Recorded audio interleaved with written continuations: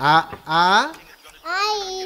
Yes. ब ब बदक. क क कणीदार. ख ख खमंग. ग ग गोकुळतू. हा.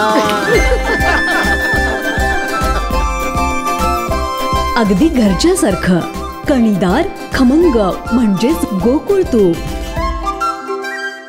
देवगड तालुक्यातील वरेरी येथील धरणेवाडीकडे जाणारा रस्ता पावसामुळे ठिकठिकाणी खड्डेमय बनलाय. तसंच रस्त्याचं रुंदीकरण केल्यामुळे सर्व माती पावसाच्या पाण्यामुळे रस्त्यावरती आले, त्यामुळे येथील ग्रामस्थ संताप व्यक्त करत आहेत.